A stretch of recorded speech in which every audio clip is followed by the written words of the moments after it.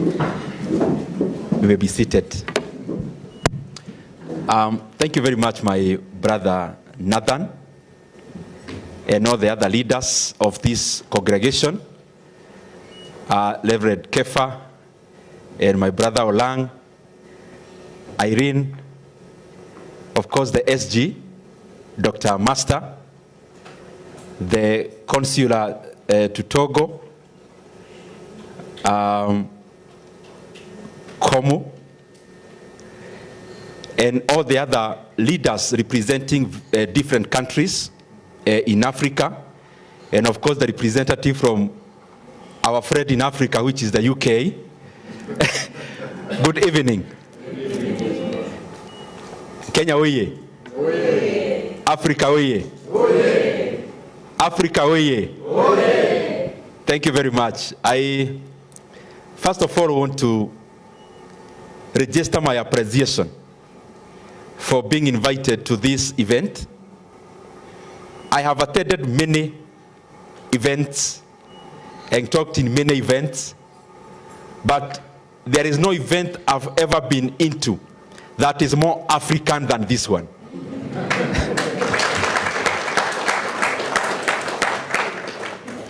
I agree with Nathan. Every time I update something, my tagline is usually we are African and Africa is our business. But I didn't know that it was to be so real today. That yes, we are here as Kenyans, but this room is the map of Africa. My brother from Gaborone in Botswana, I was actually there last quarter of last year. Went also to Namibia. And I always love traveling to Africa. And when I go to any part of Africa, I usually don't like going there as a member of parliament in terms of treatment, but going there as an African, asking the taxi man, how are things here? Walking around as a normal African. And I'm always very pleased to be a citizen of a continent that is better than all the other continents. And anyone who, because I'm sure you've traveled far and wide, if you just remove the element of luck, in terms of our pockets are not as endowed, there is no continent in the entire world that's better than Africa. In terms of weather, in terms of the people, in terms of what you have to see with your eyes, in terms of interactions, I am a very proud African. And I can tell you also very proud Africans. The second thing, when I was invited, and I have to be truthful, I saw AEA, Evangelicals of Africa. And as you know, my main work is being a politician. Then I was wondering what kind of a topic will I be handling. One, because I never want to, I am an entrenched Christian in terms of belief and in terms of having no doubt. I mean, I am first, I think I am first a Christian and then second is anything else.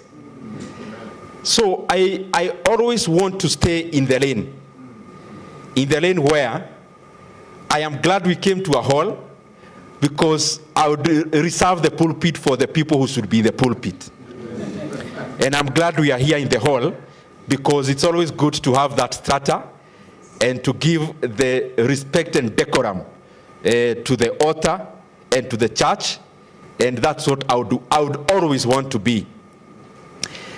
I am also one of the people who, yes, I'm a politician, a leader, but I believe, even before I go to my main speech, I'm here before you because of the profile.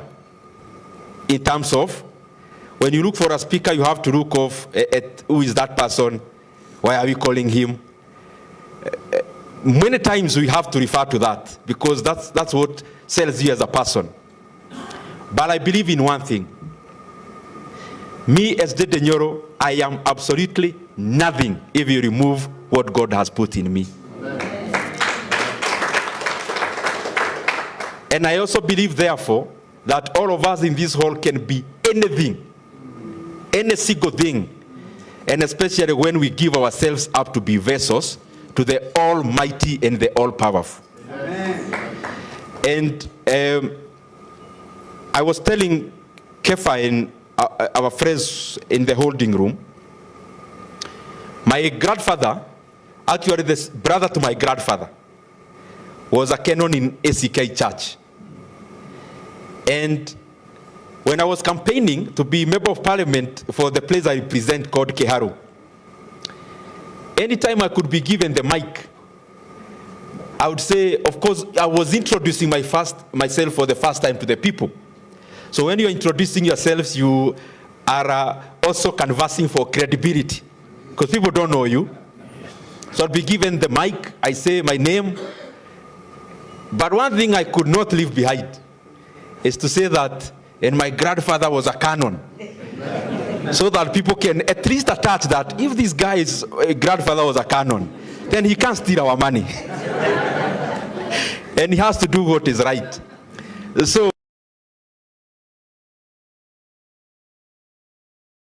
I've grown in church, and also for the privilege, which is immense, to speak to the people who have been called by God to shape us.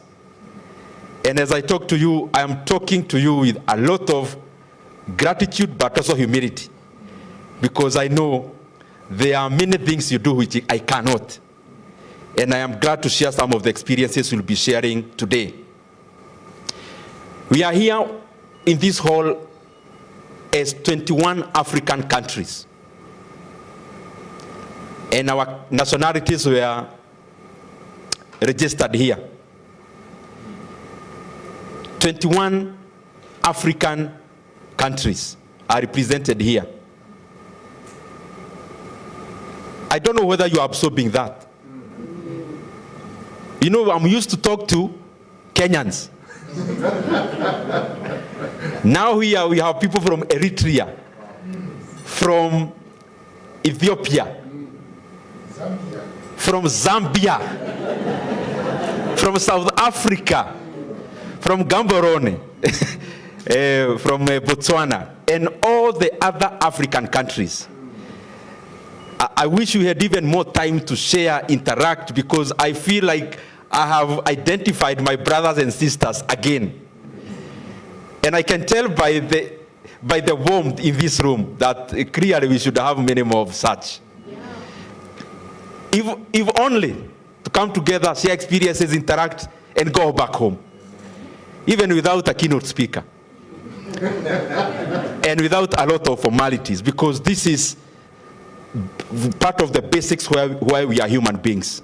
Forget about member of parliament and this leader and the rest. What makes us different from all the other living things is because we are social. We interact. So even if we just meet and do that alone, that is profound. So I'm a member of parliament for the second time, my second term, and I'm saying this for the benefit of our brothers and sisters from the many other African countries. I trained as an economist in the university, my first degree, university called Kenyatta University, a Bachelor's of Arts in Economics, and then later on, Masters of Arts in Economics in the University of Nairobi, here in Kenya, and also another Master's in Economics, Public Policy, or Policy and Management, from again Kenyatta University. I am also happy that towards the beginning of this year, I got a certificate again on economics from the London School of Economics. And this week I'll be traveling to Harvard University, where I'll be taking an executive certificate in economic development. And I did those things deliberately, especially from the master's part, because out of my interactions with many government officials, in my capacity as work as MP, and previously I used to be the chairman of the budget committee in parliament, I realized that the decisions we make as leaders are so far-reaching to be done in a mediocre manner. That a decision I make like this, me as a leader, is not just a show of how much I know. It is so far-reaching to the livelihoods of the people. You can imagine that leadership that we offer as African leaders even dictates the life expectancy of the people we lead. And therefore, I thought it is important for all of us as leaders to be a bit more serious. And to be more serious is to be more refined. Even in the places we lead, when you have more information, you are likely to make better judgment. And you are likely to make a more optimal decision. And you are more likely to make an efficient decision. And what education does many times, even if it doesn't sharpen you, at least it removes the cobwebs from your eyes. It removes the dogma, and it removes the many things that crowd your judgment and your decision making. So in Kiharu constituency, it's a fairly large constituency here in Kenya. I know in all the African countries represented here, we go to school in public schools. We have those public schools. And in Kenya, just like in many African countries that are here, public schools are not necessarily the best places you visit. Because you get dilapidated buildings. Of course, you get run down infrastructure. So from my first time, what I did, and what we did together with the people of Kiharu, we started uplifting the infrastructure in our learning institutions.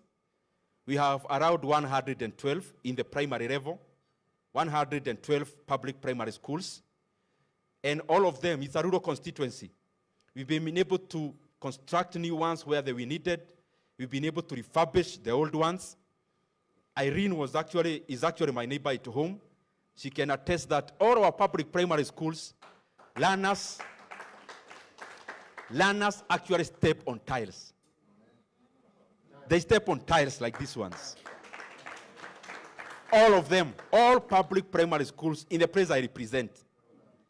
And because in Kenya we have something called National Government Constituency Development Fund. And it's the work of the Member of Parliament to oversight that fund. So what we've done is to transform the way that fund is done. We do something called labor-based, where there's no one who makes profit. When we give a school money, that money is spent from the first shilling to the last one in that institution, other than introducing a contractor who will then get the profit out of the project. And we've been able to do all that work. There is a time I visited Cape Town in South Africa, and I was in a place called Camps Bay. So when I was walking around, I saw, and I was so surprised to see a municipal school that was looking like a college in London. So I took photos, and when I came back home, I called my staff, and we decided we are going to transform our learning institutions to that level. And out of that, beyond the tiling and the infrastructure, we started landscaping and cabro. I wish, if I knew the whole Africa is here, I would have projected some of the photos of our public primary schools. Because we've been able to do 65 of them holistically, cabro, planting palm trees, doing them very nicely, up to the point where the people in our village, when they do weddings, they go for photo sessions in our schools. One called Mudigiriri, you can check them later. Even the school I went and Irene went is also very well done, 65 of them. And this year, we started a program we are calling Kiharu Masomo Bora. It's taking care of learners in our day secondary schools. You know, that what I was talking about is primary schools.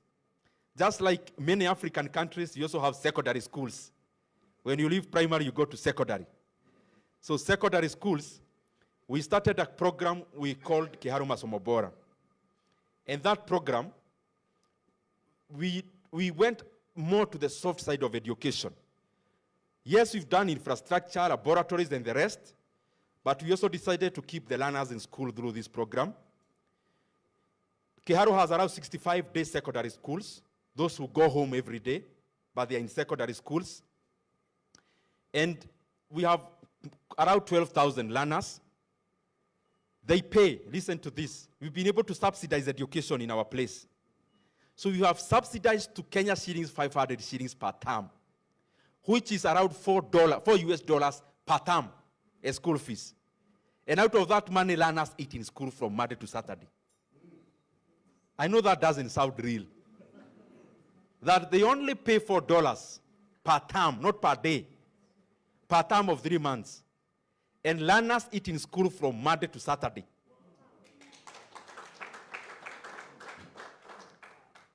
Beyond doing the other things like buying revision books and the rest, because we believe, as a leader, the leadership we are offering is not just for today.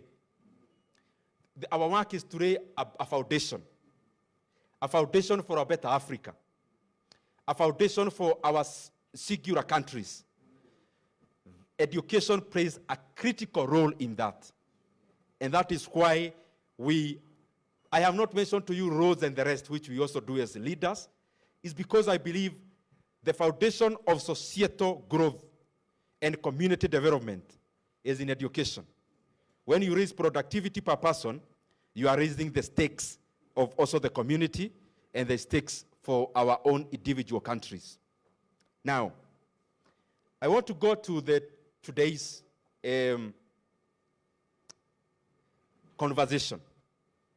And I requested that at the end, I will reserve a few minutes for interaction in what we call questions and answers. I didn't come here because I know a lot. I came here because it's African to share experiences. And the experiences I have could also help some of us, and I could also benefit from the many questions and interactions we'll have towards the end of this presentation. When I was invited to talk about community, about development, and we are church leaders, my mind first of all shifted to my grandfather, who was a canon, to look at him, because I'm talking to him today in you, because he was a church leader. So I was trying to check at the kind of decisions he had to make, and the same way that the decision you have to make today. So, and because once we go to the economic issues, we may delve deeper and deeper into them. Before I go there, let me also say this. I have read many books, but you can attest, all of you, there is no book full of wisdom than the Holy Book.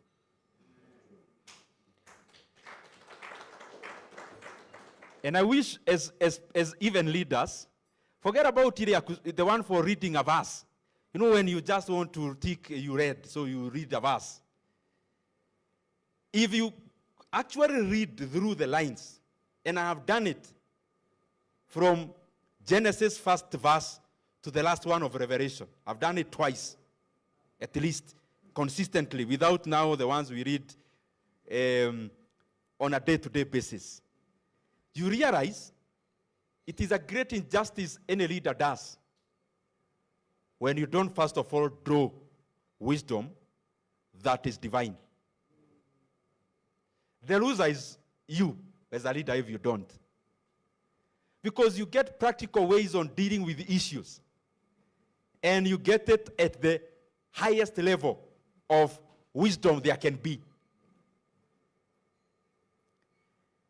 And by the way, I also need to tell you, as my brothers and sisters, before I go into these jargons of economics, I know we are church leaders, but we are also human beings. So sometimes you have doubts about many things. You are from Eritrea, you have doubts about, is what you are doing safe enough?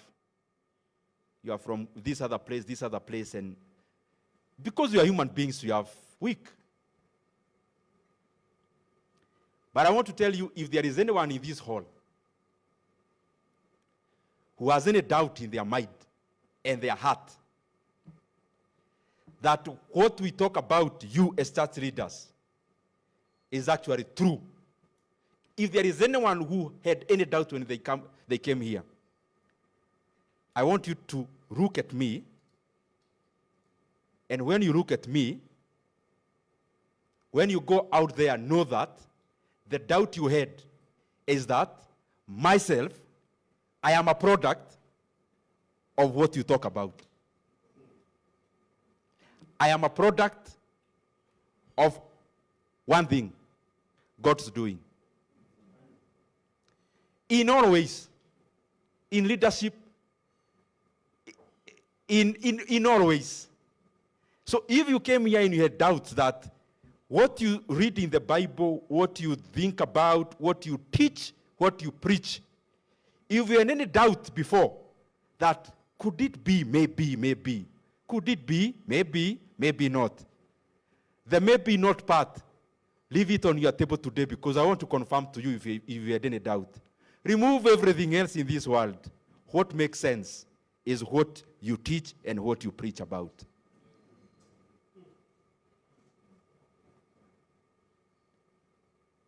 Even if I was to end my speech there,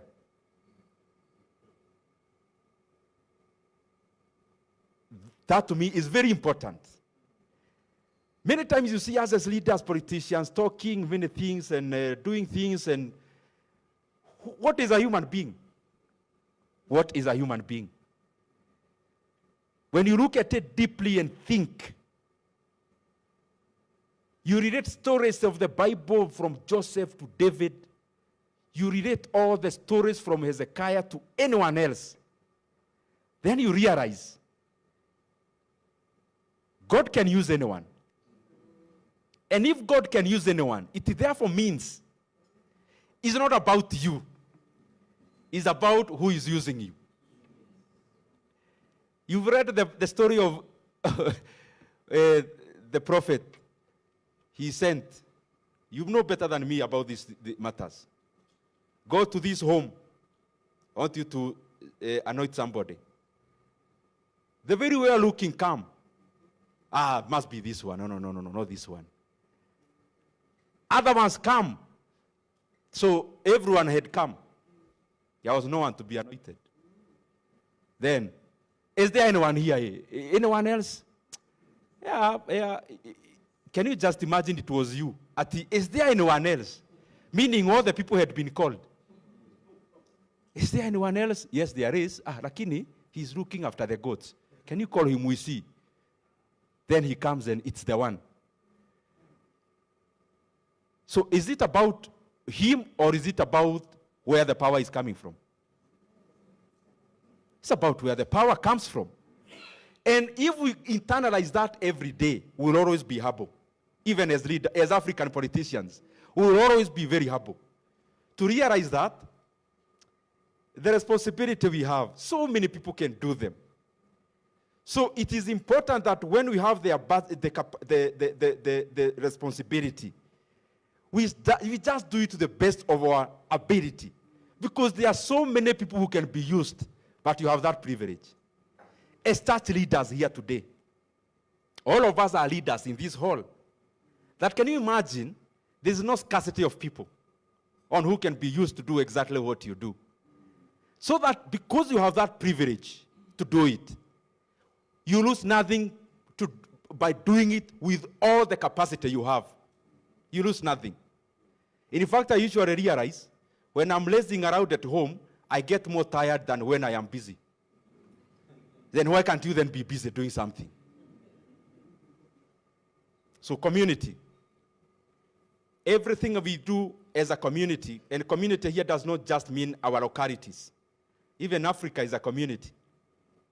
Everything we do together for common goals, that is advancing community interests.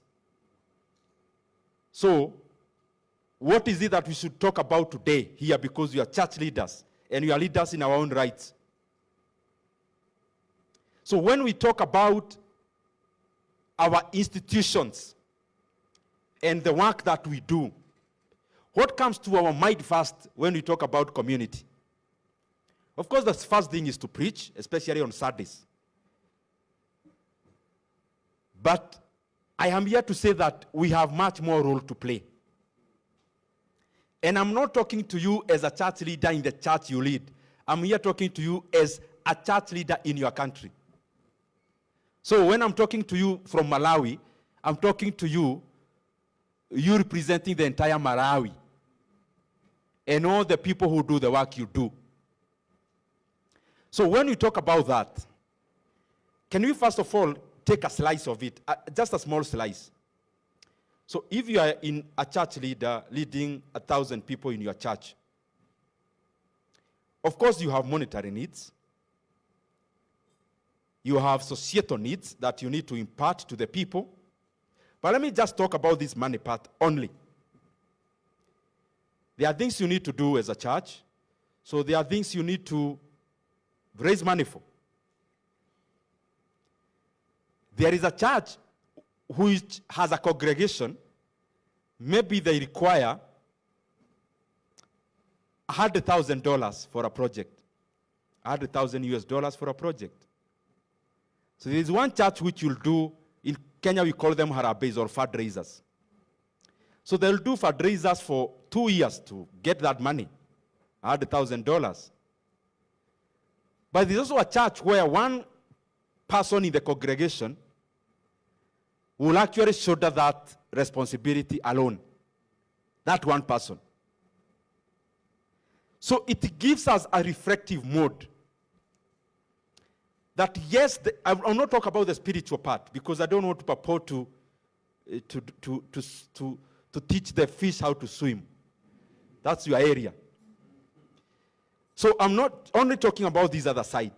So you have a church of 1,000 people. They come to church, that's your membership. So you have a congregation that needs to undertake a project of $100,000.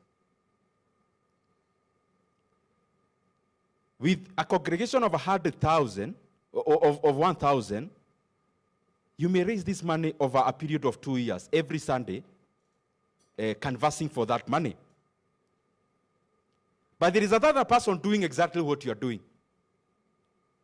In one Sunday, 2 men or 2 ladies will just say, we take it up, give us the bank account, consider it done. When I reflect about that, and I was reflecting about it when I was coming here, then I realized what we do as leaders, yourself included, is beyond every Sunday. It must go into the lives of these people every single day. Because if you are leading an empowered people, it means you are the more empowered. If I'm a leader in the place I come from, and there is no one who needs any assistance to take their children to school, it means we have elevated our problems to something more. We are no longer dealing with basics. And I thought it is important we talk about that. In Kenya, for example, the schools we attended, including the one I went, were church-sponsored. Meaning, devoid of the church, majority of us would not have accessed schools. You know, many times it looks obvious. It looks obvious. I went to a primary school, ACK sponsored, Catholic sponsored, this sponsored. It looks obvious because we didn't have to participate in it. But now it is us who are in those positions today. And when I reflect that there are men who sat down, there are women who sat down, when education was not a norm, it was not fashionable to think about education. It was more about how do you sell your daughter. It was more about how your son can herd more cows. That there are people who sat down without resources, first of all, gave up their land. They just say, you have 10 acres, from today you have 9. You have 8, you no longer have 8. You have 7.2 acres. They seeded land, every person, to make land available for us to go to school. And then when you remove that from ourselves today, the kind of people would be, the kind of barbarism we would be peddling around as people would be monumental. People sat down, sacrificed. In Kenya, maybe close to maybe 80% of our running institutions were started by people like you, seated in this hall today, who came together. They started now providing solutions for the problem that was there, and now we are where we are. The same thing with institutions, health institutions in Kenya. Majority of them were actually started by churches. You can imagine that. People realize we need a health center here. They go ahead, they started. We may start arguing. There were some external people helping them. Far from it. Some were even started by African indigenous churches. So I am here to talk about that kind of transformation that is beyond today, but even more beyond a person, going towards the society and the community. That we must not keep on thinking that was a problem for those people then. Our problems in Africa are not yet solved. And there are no other leaders to look at and point at them. The leaders to do things in Africa are in this hall today.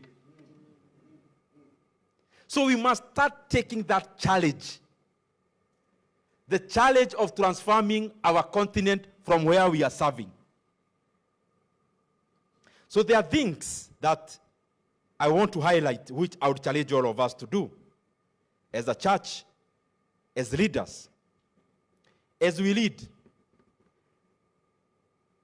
Community development is first of all doing away with the problems. So you are doing away with the problems in our societies. So which are these problems in the first place? Because by the time you want to get rid of problems, what are they? I believe in the many African countries I've visited, including our own motherland here in Kenya, the number one societal problem we have to deal with is lack. In other words, poverty. So whatever thing we are addressing, at the back of our mind as leaders, let's always know there is a bigger elephant you must keep on fighting here. And this bigger elephant is called poverty. But how do we deal with poverty many times? Aid, donors, fundraising to help. It's okay, that's good for short term. But I want you here, because you've read many books, cite for me one model of a country that grew out of aid. One country in the whole world that we cite now, this country grew out of people donating money to them. I've never seen.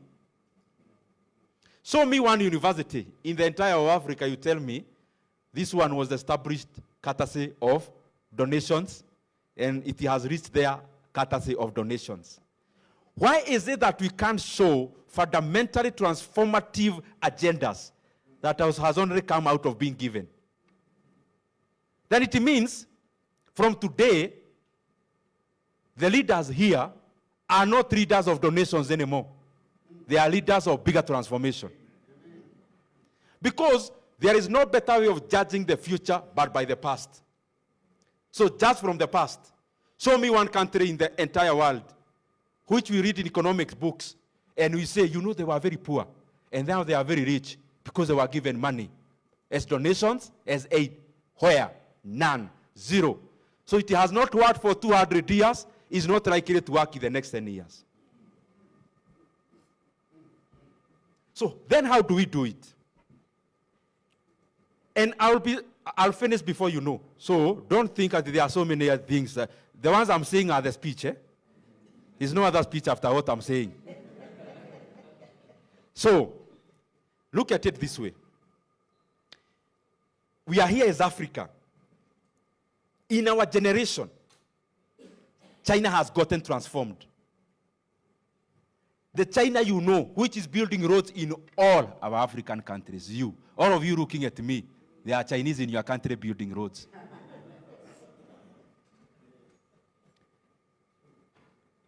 Gaborone from airport, I saw a big project. You dig deeper, China. Here in Kenya, of course. Ethiopia, I saw Ethiopians. Addis is now a very booming city in Africa. We are all proud of it. So China got transformed from 1978. This is what happened. There was a man who was called Mao Zedong. Mao Zedong was the president of China, or the leader of the Communist Party of China, prior to 1976. So he did the work of uniting Chinese people to be who they are. So that's the work he did. Most of his policies were not sound economically speaking. One was called Cultural Revolution. Some of his policies led to millions of Chinese dying out of hunger. But we remember him as a unifier. So he passed on in 1976.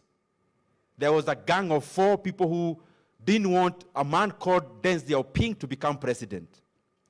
So they delayed him for 2 years up to 1978. In 1978, a man called Deng Xiaoping became president of China. Park it there in your mind. There's a point I want to drive home. Park Deng Xiaoping somewhere in your mind.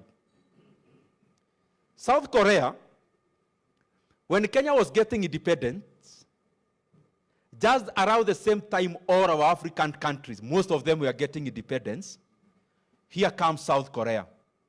A man called General Park becomes president. He was actually a general of the army. The man becomes president in 1960. And he starts something called an export-led growth economy in South Korea.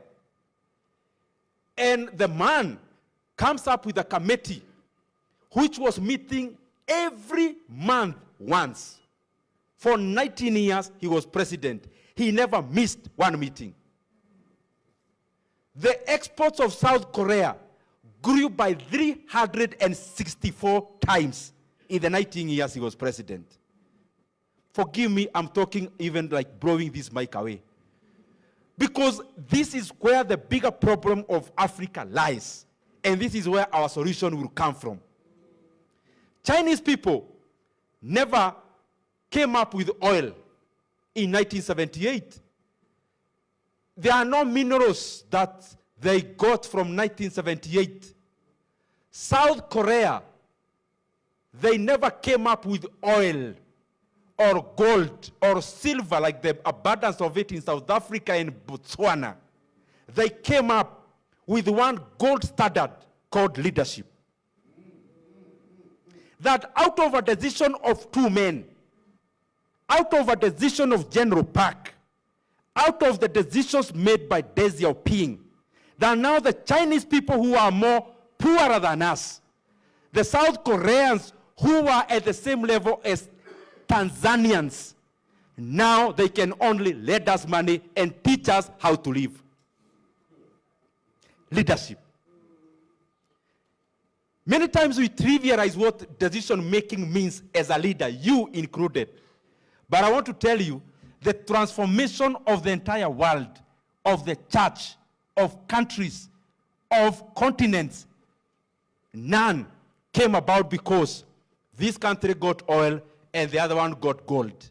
If that was the standard, there are many who have gotten oil and others gold, and they are more poor.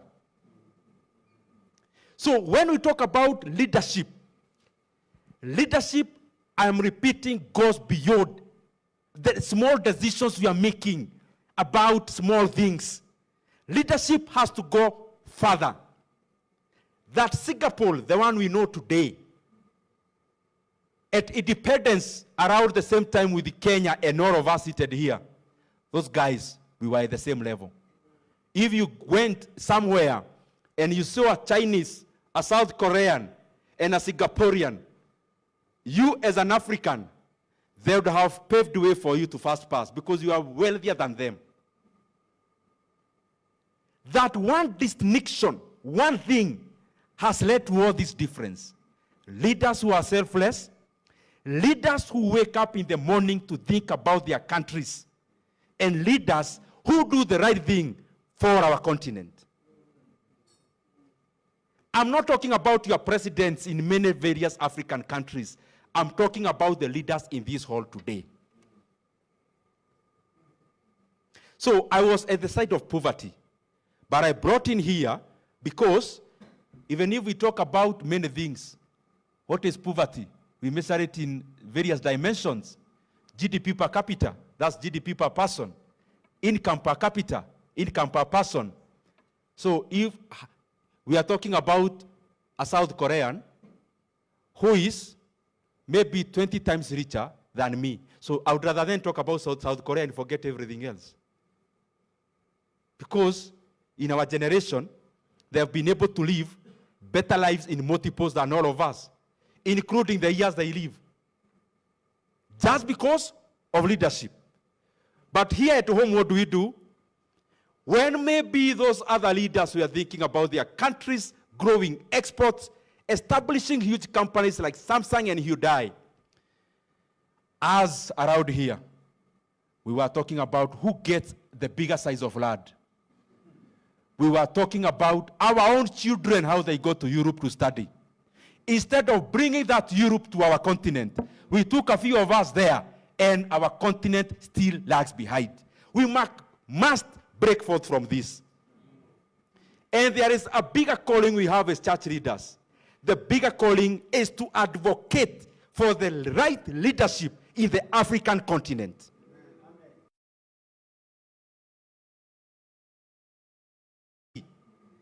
The wealthiest country, the top 10 wealthiest country in the world. And they are here as the poorest, among the poorest in the world. We must not accept that as Africans. Even if we do whatever we want to do in our own small ways, in our own cocoons, and we don't come out to propagate and to fashion and to demand for the right leadership, we are letting our continent down. So, poverty is where my point was. My brother here is in the UK, was in the UK. He'll have a congregation of 10 people. They'll do something that will help much more than a congregation of 10,000. Why? Those people are empowered. Even if they are 10. I'm totally speaking Spartan about the money part. Because we talked about spiritual part. It's me to sit, you tell me. I can't tell you much about that because I'll be teaching the fish how to swim, which I don't want to go into that area. So, these people are empowered.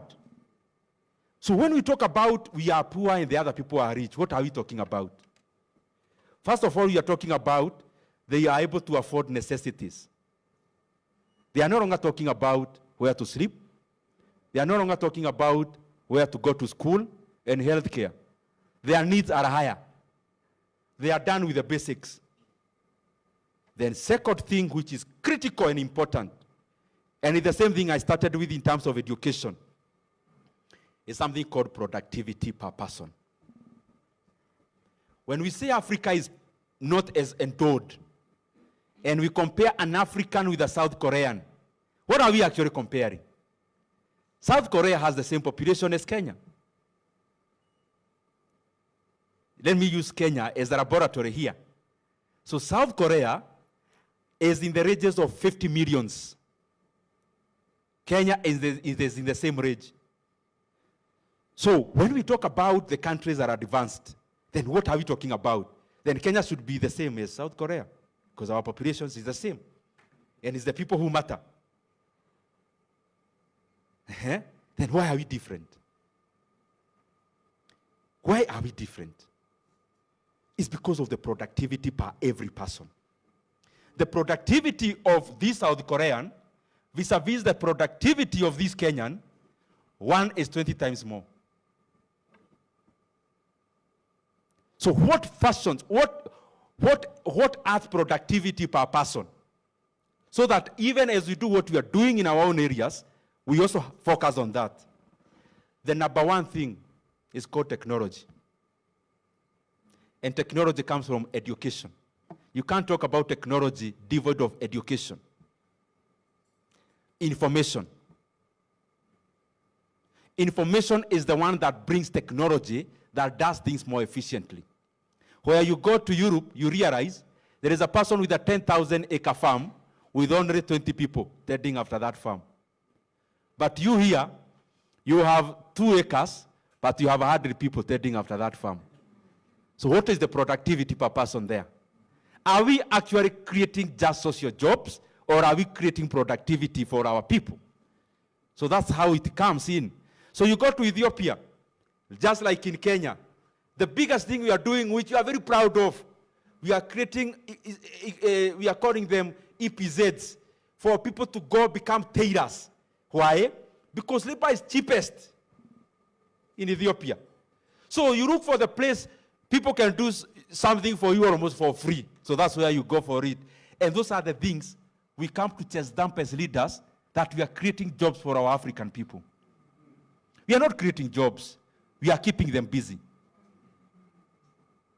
Productivity per person is something that we must keep on propagating at the basic level education, at a higher level technology. That's where universities come in, and that is where we add the value of the person as the provider of labor. In economic interactions, a human being is the source of labor. An entrepreneur is a source of capital. So labor and capital interact. What the laborer gets is called wages, which you call salaries. What the entrepreneur gets is called profit. So you, as a provider of labor, you only get a higher productivity when there are more machines involved in your work. When you can only till your yard with hands, your productivity per person is so low that you are a slave.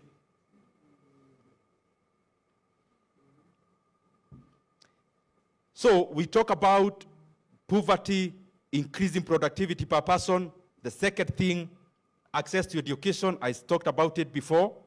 It is our obligation to make sure that our societies are accessing education, including institutions, advocating in our various governments, that you are doing a lot of injustice to the people where you live, when there are still school-going children who are not going to school. I mean, it is our obligation, all of us, whether it's advocacy, whether it's actually doing it, we must do it.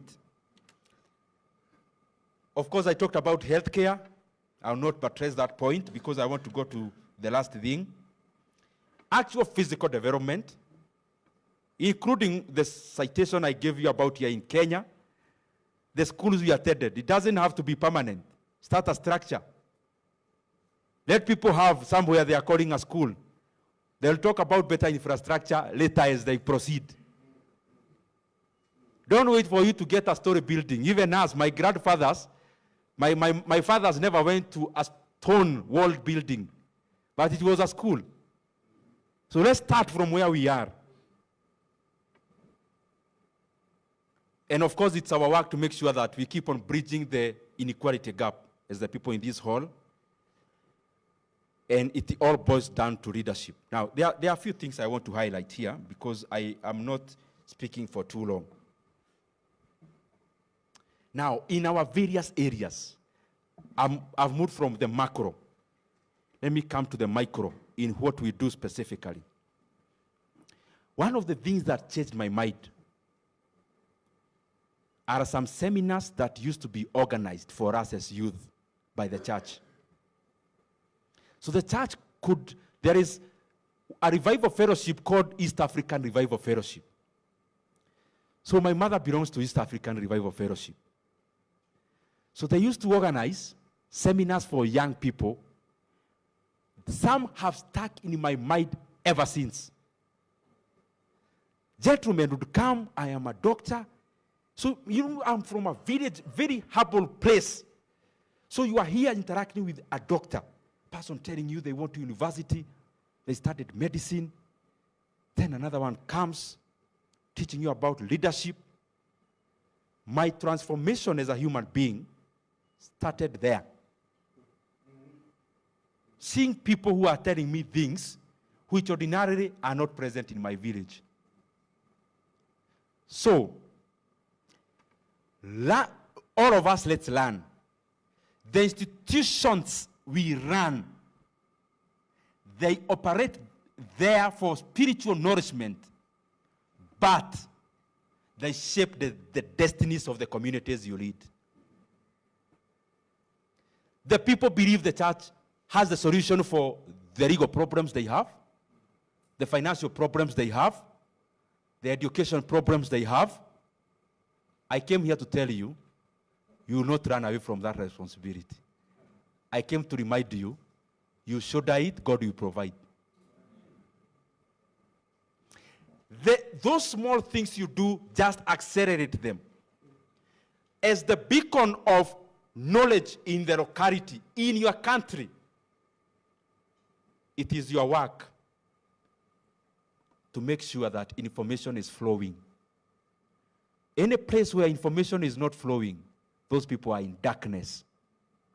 When is the last time as a church, for your young men and ladies who come to your church, did you ever organize a career talk? Just for people to know there's a difference between a veterinary doctor and a medical doctor. Just for people to know, in this, there's something called computer science, and there is another one called electrical and electronics. You have traveled through aircrafts to come to Kenya, but there are so many people who just need that distinction. To know, just for information to flow, for this person to open up their mind. Open up their mind and know the world is bigger than my village. The person who should bring the world to their village is the people in this hall. Some of these things, I'm sure you know them. I'm reminding you because I know they're far-reaching. When is the last time you call people, not even with any machine or equipment, just for that person to talk to your congregation about healthcare? Just that. About you need to exercise, about intake of sugar and these other things, what they do to you. Economically, as I told you, a human being is a supplier of labor. The longer you supply labor, the more people you have living healthy lives, the more agents of the economy you have. Healthcare services, labor. The work of education is to add value to a human being. The work of healthcare is to service that labor. So, primarily the people you deal with, two things are very critical to them: education and healthcare. What do you do as a church in those two arenas? You may not have much to give, but there's a person who only needs that information. Even in our, I don't remember in it where we went for a seminar, people talked and gave us books, how to be a good leader, how to do this. It is that word that was imparted to me that changed me, not the gift I received from those people. So, lastly, if there is one thing I talked with passion with, is about leadership. I go around my our constituency, and I have seen a correlation between schools that perform so well and the leadership of those schools. Leadership of a church and how the church turns out to be. Then it means leadership is very critical. What are you doing in your own way to make sure there are better burgeoning leaders from the communities you lead up to the country? If the community I was in, that church never organized that seminar, for me to go learn there is a bigger thing than my village, and to interact with the people who I would ordinarily not have interacted with at that level. If that never happened, would I be an asset to my community now? That's the reflection I want us to have. So those things, then the basis you are laying today, if you don't lay it, you'd rather look at it this way. You'd rather you grow 3 people. 3. Forget about a 10,000 congregation to say I have a big congregation. What if you touch 3 people? One becomes the best president for your country. The other one becomes a far-reaching education minister. The other one becomes the treasury CS or cabinet minister in charge of money in your country. And you retire as a pastor. The decisions those people will make could be far-reaching than a congregation as big as you do want to count it. If you are here as a teacher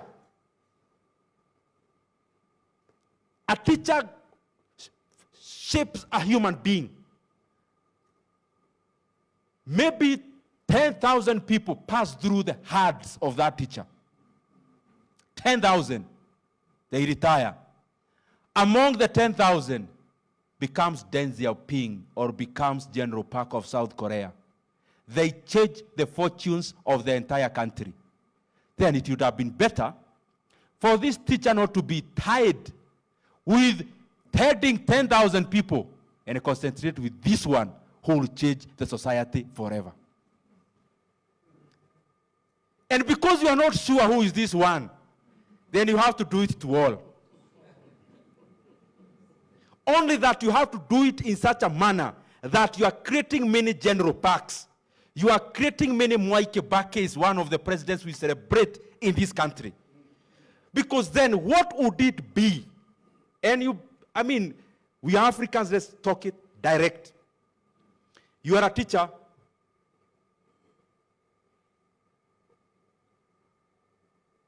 Who taught the president in one of the wealthiest countries here in Africa?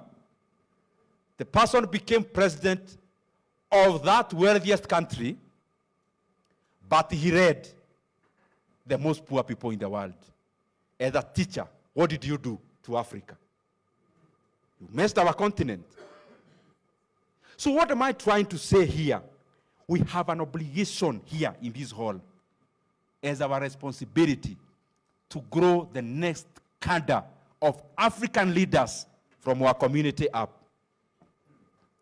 There's no African country president who jumps from Europe and comes here to lead us. They come from our community, become prefect in a school. Then after that, they go and start a business. In that business, they become wealthy through corruption. Then they get the money, and they come and bribe all the population. They become African leaders, and they go to AU. And then our countries depreciate and decay. The people to break that are in this hall today. And leadership, always remember, when you look at it up, it's a reflection of down. So we start from down here. That young man leading youth in our church, first of all, they are empowered by you to become leaders with integrity, leaders who love their countries, leaders who love our continent, leaders who are doing the right thing. They go to the university, they become the same people.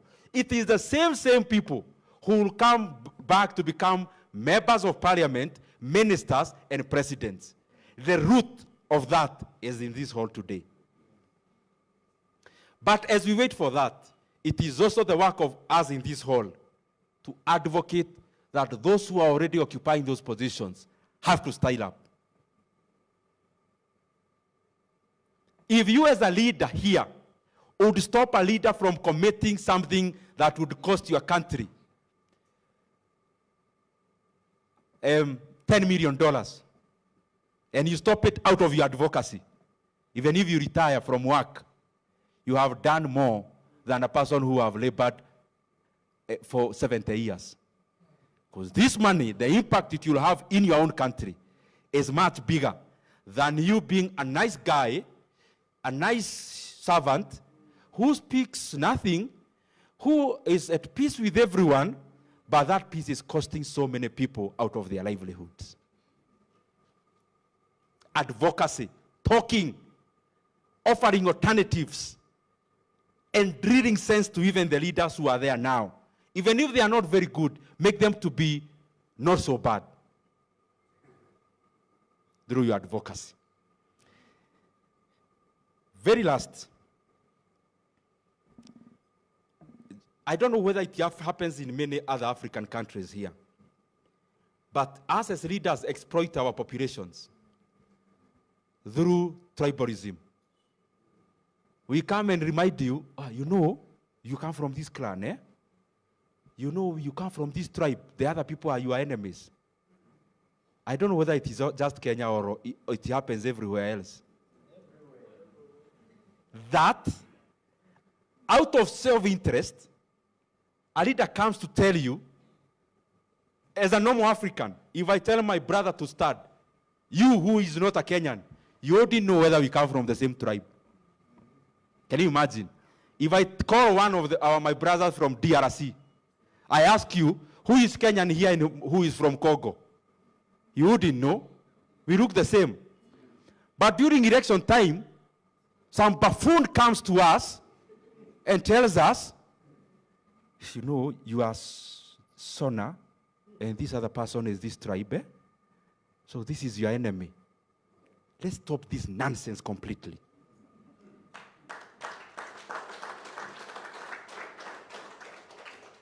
It is to whose benefit that we exploit those schisms? It is to the benefit of the person who wants to dominate you. When you have a country like General Park of South Korea, who even wants to care which tribe we came from? Who cares even? Who cares the tribe Nelson Mandela came from? I don't even want to care. Do you even want to care? But there is some fellow during elections time, you know those guys are this tribe, and us are this tribe. So what? It is our work, the people in this hall, to strengthen the fabric of our countries so that people do not continue to exploit them for leadership greed, so that we take it upon ourselves to bind our countries together in unity. When there is homogeneity, as the Bible says, when there is unity, there is a blessing. Even in terms of the fabric of a country, when there is homogeneity of the people are able to move in one direction together. And the best way to do that is to detribalize our countries, detribalize our continent, because you are one people. All these things that are brought to us to show us this person is different is hogwash. The very last thing I want you to carry home. I have done business since I was in first year in campus. And in fact, when I graduated from campus, and my parents came for my graduation, my mother was there with the friends. My son is graduating, you know, our African mothers. My son works with the AEA, you know. My son is in London. My son, I know now, some of you, your mother, in the groups they go. No, I was just from receiving the phone call from my brother who is now in Nairobi. They are doing that in our villages. Because they are happy, they are proud of you. Some of you here, your wife went to a church meeting. When you called, he reported back in the group. Oh, that's my husband. You know he's now in Nairobi? People have to know you are here. People have to know that you are no longer in Eritrea. You are now in Kenya. You are not in Gaborone. You are in Kenya. And even a Kenyan, when I'm in Botswana, I'll call you back when I come. I'm now in Botswana. Because you're proud. So, proud mothers. So, she comes proud. Proud that my son has graduated with a degree in economics. You know what they want? My son works with this big bank. My son works with MTN. My son works with Airtel. My son works with the Access Bank. My son works with Atijara Wafa Bank. My son works with Ethio Telecom. It's pride, man. It's pride. So they come there. I'm graduating. I tell them, mother, listen, when I'm giving a speech, when you go back home, pray for me not to get a job. I was graduating. Are we together? So since they have come for, you guys, I'm sure you hold graduation parties, more than us even. Especially Ethiopia, I know you hold big ones.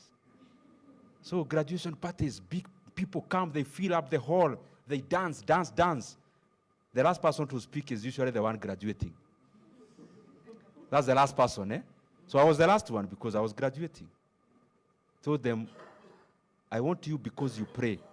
When you go home, pray for me not to get a job. Not, they were wondering, is it the microphone that is wrong? Or what's wrong with this fellow? I repeated, pray for me not to get a job. Because I had done my math. It's no way I'll become wealthy through employment. So I thought, why am I even starting with it? If there is no empirical evidence that you cannot get wealthy out of employment, why am I even starting? You know what we say? I first get a job, first to learn a few things, just to stabilize. I say, no stability, I don't want. Of all the ways I had known how to get rich, getting employed was one of the ways not to. I decided I'm not. So I graduate there. Hey, I hear my classmates are getting jobs in the banks, in audit firms. I almost think I hadn't looked at this matter correctly. Maybe I need to get a job. But I refused. This is the point I'm trying to drive home. After that, started business. But the point I want to deliver is this. In my life,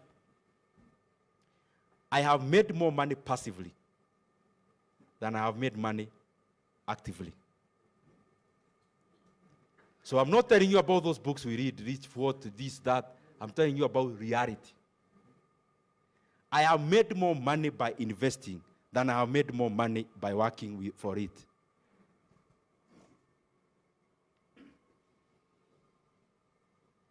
I have made more money passively than I have made money actively.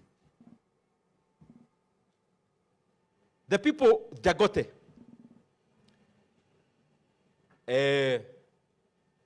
Patrice Motsepe, there are people from South Africa here.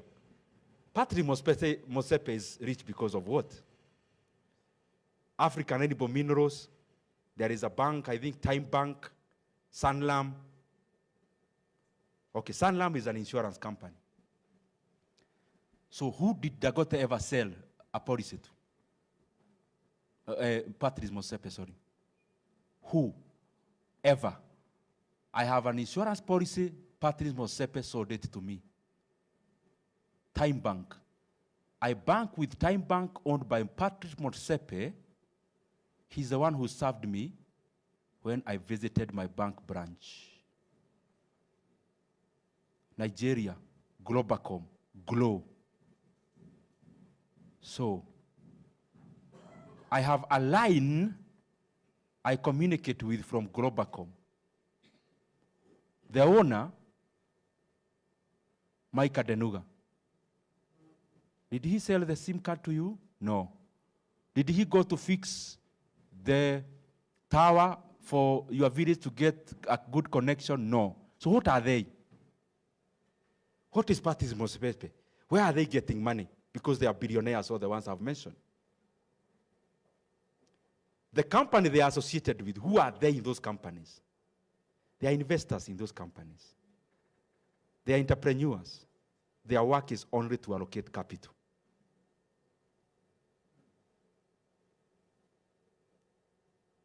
There is one gentleman I read in this December, his book, called Femi Otedora.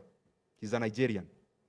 He's written a very nice book on basically life, but 80% of it is business. So he started a company, Forte Oil, other companies in between. Currently, he's one of the largest shareholders of one of the big banks in Nigeria. Okay. Here in Kenya, there is a bank we call Equity Bank. The person who leads it is called Dr. James Mwangi. He's the CEO. He has around 5% of that bank. 5%.